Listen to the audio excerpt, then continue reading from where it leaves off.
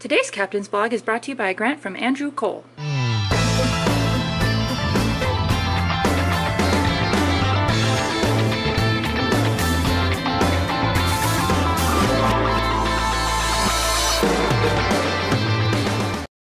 Don't mess with the little paper things on the table. They're for a big kids group that we have coming through. Because I get yelled at. Yeah, you will. Yeah. We have to make 300 little gift baskets for children's youth things. So I really don't know anything about, but I know that we're making little laser cut balls.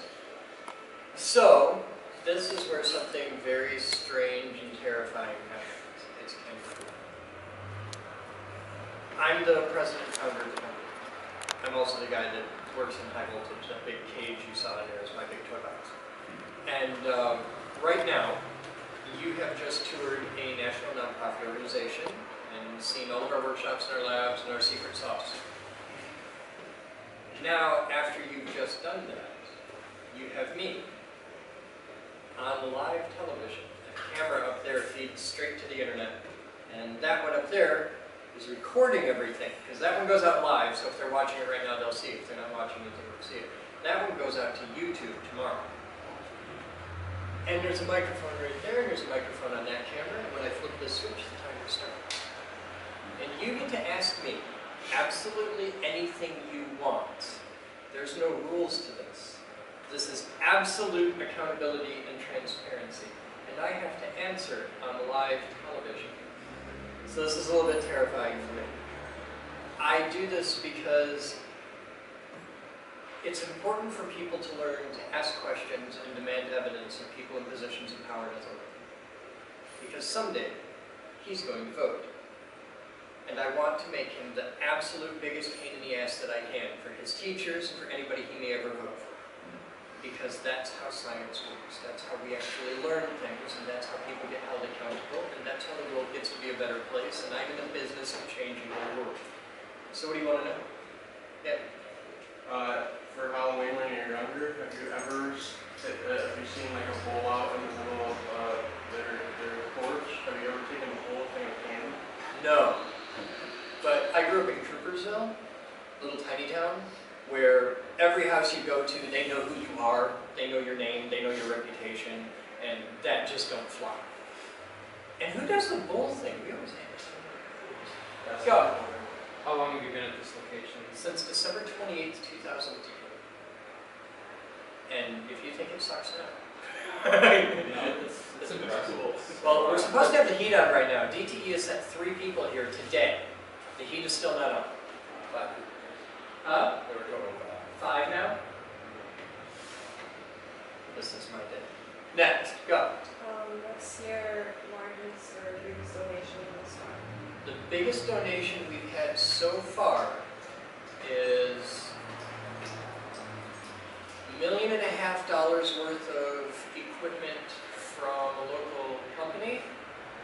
Next to that would be Carnegie Science Center gave us like, no, I think Carnegie's the biggest. That had to be close to $4 or $5 million worth of gear. Then $1.5 million from a local company. KUKA gave us a lot of robots, and as far as physically largest donation, a building. We got our 5th lab, the building was donated outright from an ink company. If you ever get an old ink building donated, don't clean it with a pressure washer. That was the lesson I learned. I have seen, like, you know in horror movies when you see like the walls bleed? I have seen that in magenta from ceilings, and oh my god, that was a bad day. But yeah, largest single financial donation I think we've ever gotten, like at once, I think is $50,000. We don't get, like, you'll notice there's nobody's name on the front of this building. This isn't like the DeVos Science Institute. It's the geek group. It's us. We're nerds. It's all of us. Most of our donations are like $20. Go. Do you have any sister sites, collaborative sites? Oh yes, all over the world. We have 35,000 members strung across over 150 countries. I used to know exactly how many countries, and then it got ridiculous, and it's a lot. It's a lot of countries. We have We have members in places I never been. Go. So, is all that originated by you, or did you kind of, Yep. Oh, really? I'm sorry. so you are the geek? I'm just another one of the guys, but I like making stuff. And when I was at Grand Valley, I liked to make stuff, and I had weirdo roommates, and we liked to get together and make stuff. And then I learned something really cool. He knows stuff I don't know, and I want to. And I know stuff he doesn't know, and he wants to. And I can build really cool stuff on my own, and so can he. But if we get together, we can build cool stuff that either one of us on our own couldn't do. And the more people you add, the cooler that gets. And now I get to play with ridiculous toys. And that's kind of fun. They let me blow things up. Like that machine, right there. I built that with my weirdo friends. And it makes explosions. And now that they've got the cage done in high voltage, in another month or two, you'll get to come in like on a Saturday tour and get to see an explosion. It's kind of cool. Yeah. What's your education? My education? Yes. How much education? How? Formal education? Well, that's a complicated question. How much, like, how many degrees do I have? I have a high school diploma. I accidentally got an associate's degree in printing and graphic arts. I didn't sign up for that. They screwed up and put me in the wrong class, but the teacher was so cool that I stuck it out and had a blast. And I ended up going back and teaching summer school. As far as like an advanced college degree, I got nothing. Alright. I went to Grand Valley. I didn't enroll. That cost me money. I didn't have it. I was just a nerd, and it turns out if you walk into a university and just want to learn stuff, it's not hard to do. You can steal an education, and I support this. Absolutely. You can come here and steal an education. You can go and pay $50,000 to have somebody teach you how to program robots. Or you can go up to the front desk and pay $5 a week and come program the giant robot in the other room. The difference is, if you do it at a university and pay $50,000, you sit in class and they teach you peacefully. They spoon feed it to you. You come here, here's the book, figure it out. You're not stupid. Don't kill yourself, don't break the robot. That's the only 2 rules. Beyond that, I don't care. How's it going? You determine what you learn, how fast you learn, because that's how people learn. Everything you know about education is wrong, and I can prove it in like 1 minute. You want to see? Okay. Okay, you got a smartphone? Yes, sir. When you bought that smartphone, did it come with a book? A little manual in the box? How to use this phone? You didn't read the book, did you? No. There you go. But you got a smartphone. You got a shiny new toy. At that moment, you had a sincere, passionate desire to learn. You'll figure it out, because you're not stupid. That's how people work. Some people are genuinely stupid. I can't help that. I can't fix that. But if you have a sincere, passionate desire to learn, I will give you every tool, every lab, every workshop, everything you can need. Figure it the hell out. Just go, do stuff. Go. What are the staff? Are they volunteer here, or it's all volunteers? Some of our volunteers are quite remarkable. That guy over there, that's our janitor. He volunteers to come here and empty trash cans. Include bathrooms and all And that. yeah, that guy is a degreed civil engineer. He makes more money in a given year than I make in 5. That's our janitor. He designs, bridges and infrastructure. I'm a physicist. I'm just a dumb road guy. Yeah. He's the reason you have potholes. Blame him. That's entirely his fault. The difference between him and I is he's a civil engineer and I'm a high voltage, high energy physicist. I make weapons. He makes targets. It's a good system. Go. I have a question. I figured that out. You raised your hand. I've got this all worked out. I didn't know what to say. The best part is I'll have an answer. Okay, so you're like this guy over here for M6, that highway that had a bunch of bumps. He was actually the lead engineer on that. That's entirely his fault. All the layout, the design, the backups, that's him. You want His name's Minkus. You can look him up You want to know online. the funny thing about M6? What? We weren't the only state that had the same problem with that age of concrete pavement. It was happening all over the country. It was a nationwide problem. Here's the thing that's going to mess you up. You know how, like, metals expand and contract when they get hot and cold? So does concrete. And if you ever want just complete nerd out, ask him about that sometime, because he can talk for about 3 hours nonstop, and it'll just blow your mind. Was it concrete, metal, mesh? Yeah, but the mesh in the concrete expands and contracts at a different rate than the concrete itself expands and contracts with temperature. In Michigan, we no longer do fully reinforced concrete. We have dowel bars or transfer bars based on what type of joint you're doing. So don't get me going. I'll take all the time. Next, go! You're quiet back there. You're freaking me out. I don't have a question. Isn't there something similar called a makers something? That GR makers? It's similar to what this is? Oh, well, if you mean like a makerspace, we are a makerspace. Okay, We've so been a makerspace for that's 23 years. But you start out as a makerspace, which is like a dozen dudes in 2,000 square feet. Okay? And if you do that for long enough and you get big enough, like we have over 600 just local here members. We've got 35,000 members globally. We got 16.5 million views on our YouTube page, and that's just the main channel.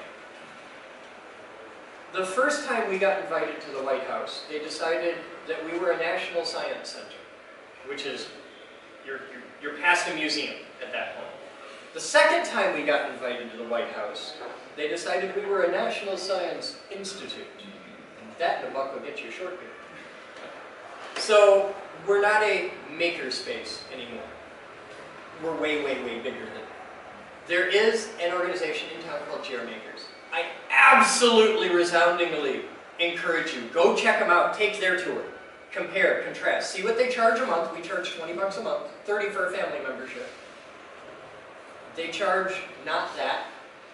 I think they have a laser cutter now. Maybe. I think they're borrowing it from somebody. But the fundamental difference is, in the world of makerspaces, there's non-profit companies and for-profit companies. In the world of education, there's non-profit companies and there's for-profit companies. And the minute you're dealing in for-profit education, watch your back. Hold onto your wallet with both hands and back slowly out the door. Because we're in the business to change the world. That's my job. That's the coolest job in the world. I'm in business to change the world. Because I figured it out. I figured out the thing. Watch this. Everybody right now, think of any really big scale problem in the world that isn't like straight up act of God. Like really big, large scale problem. Okay, like war. Okay, not like I lost my car keys, but like war. Okay. AIDS. Little big, major famine. Poverty, really big, epic problems. Now, all of you are thinking of something. It's all different. I cannot possibly imagine what's in your head. I'm not a money man. But I know what the cause of the problem in your head is right now. The root cause. Stupid people make bad decisions and actions have consequences. And this is true of like North Korea. Stupid people make bad decisions and actions have consequences. Pick a president. Stupid people make bad decisions and actions have consequences. And that works no matter who you vote for. Every time. So how do you fix all of the big, giant, epic, large-scale problems in the world? Make smart people that make good decisions because actions have consequences. I want him to grow up and be an engineer. That's my mission in life. If he grows up and gets a degree in lesbian dance theory, I have failed. And I will sit in a dark room and cut myself listening to Morrissey. I want him to grow up and be an engineer. I don't care what kind. Electrical, chemical, what, it doesn't matter. Because if he's doing that, he's solving problems. He's tangibly making the world a better place by existing. Even this guy makes the world a better place just by being awake every day. That's what I want to do. That's the purpose of a nonprofit. We make change. We make a difference. For-profit makerspaces, they're in business to make a profit. Screw the money. There's more important things in the world. We're broke. Yeah, I'm good. We don't have the heat on yet. Okay, we're broke. You get in life, remember this. As you go through life, you get a choice. You get to eat good, or you get to sleep good. I eat great. I sleep great. I had that backwards. I sleep great. That's how it works. GR makers, they eat good. Tech Shop went out of business. Largest for-profit makerspace in the world. Just went bankrupt. I do a little dance every time I think about it. This is what you need to know. You got another one? Okay, it's my last one, go. Big problem is water purification around the world. I think. Yes. There's a young woman, I don't know where she's at, but I've seen her on TV. She's done the maker thing and gotten some national recognition.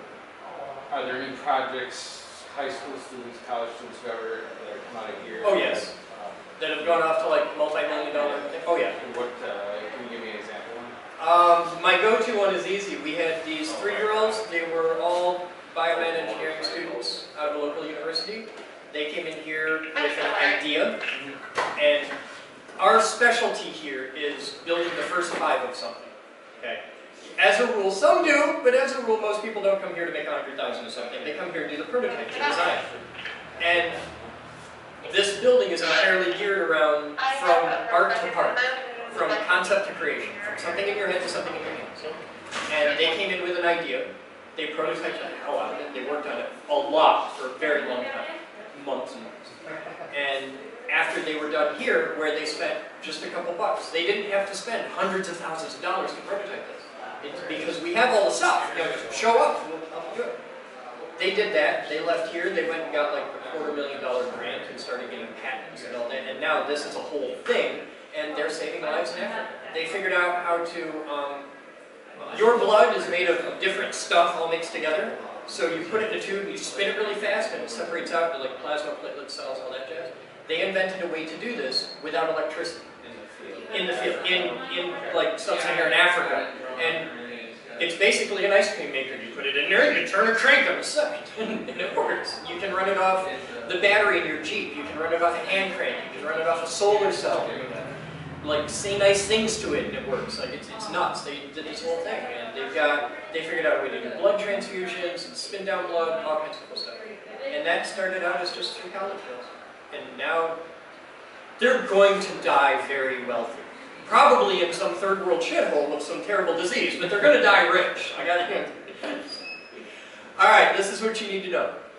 The weird lumpy guy with the bumps all over, that guy over there who gave you the tour, it's not muscles. He has this really weird form of hands. It's just ripping him apart. He wants you to sign up and come here and build cool stuff. And I don't care if it's you or him or anybody. It's $20 a month to be a member. It's $5 a week, and you and I both know you spend more than that on fashion. In this building, you have more tools right now that you can use than Home Depot has for sale in Elmore.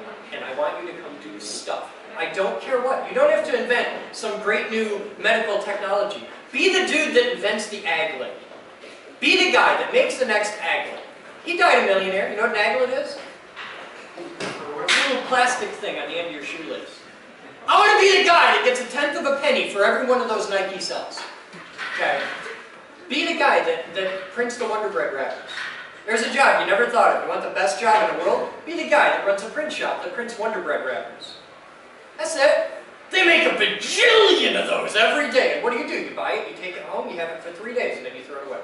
You need another one. That's a good job. I want to be the guy that does it. For less than you're spending on Taco Bell, you can come here and invent the next big thing. He needs to learn about rockets and robots. I never met you before, but I know you think rockets and robots are awesome, don't you? See, that's like just a universal truth. By the way, no matter how old you get, that doesn't go away. Thank you, everyone. There's Taylor. Get off your butt and go sign up. Oh, by the way, you should ask him about the free membership thing we have going on, because he wants to tell you about that. Today's Captain's Blog is brought to you by a grant from Andrew Cole.